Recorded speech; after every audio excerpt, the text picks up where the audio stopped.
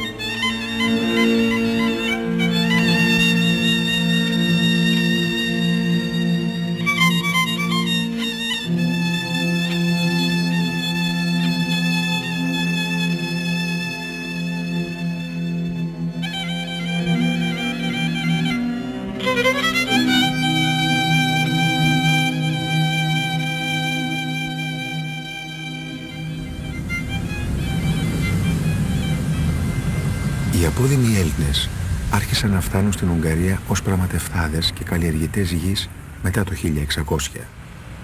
Ολόκληρα καραβάνια με εμπορεύματα οικιακής βιοτεχνίας και γεωργικής παραγωγής έφταναν στις ουγγρικές πόλεις και τα πανηγύρια, όπου πουλούσαν τα φορτία και έστειναν τους πρώτους εμπορικούς σταθμούς και κομπανίες που εξελίχθηκαν σε ανθυρές οργανωμένες κοινότητες.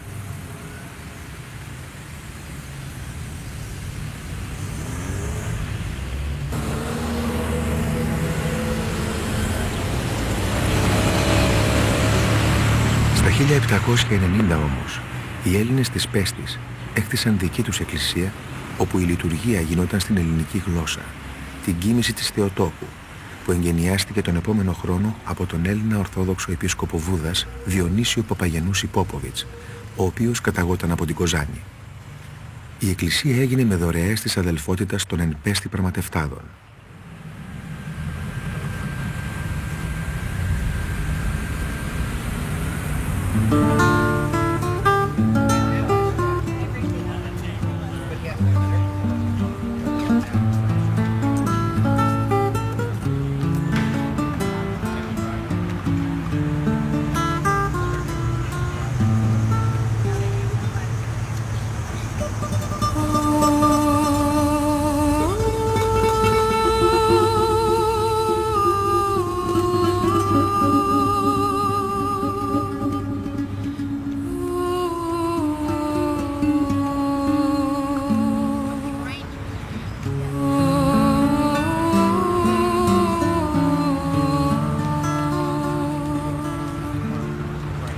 Έξω από τη Βουδαπέστη, οι σημαντικότερες ελληνικές παροικίες της Ουγγαρίας βρίσκονταν σε διάφορες πόλεις όπως το Έγκερ, το Κέτσκεμετ, το Μίσκολτς και το Κάι, όπου λειτουργούσαν ορθόδοξες εκκλησίες και οργανωμένα ελληνικά σχολεία.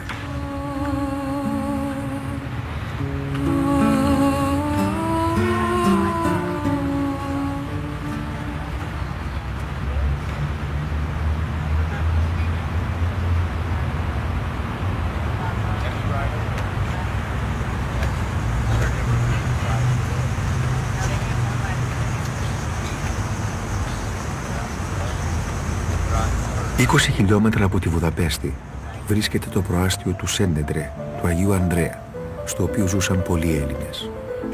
Η ελληνική εκκλησία του Αγίου Ανδρέα, που χτίστηκε το 1752, σήμερα είναι ιστορικό μουσείο, διασώζοντας τις μνήμες της ελληνικής παρουσίας στην περιοχή της Βουδαπέστης.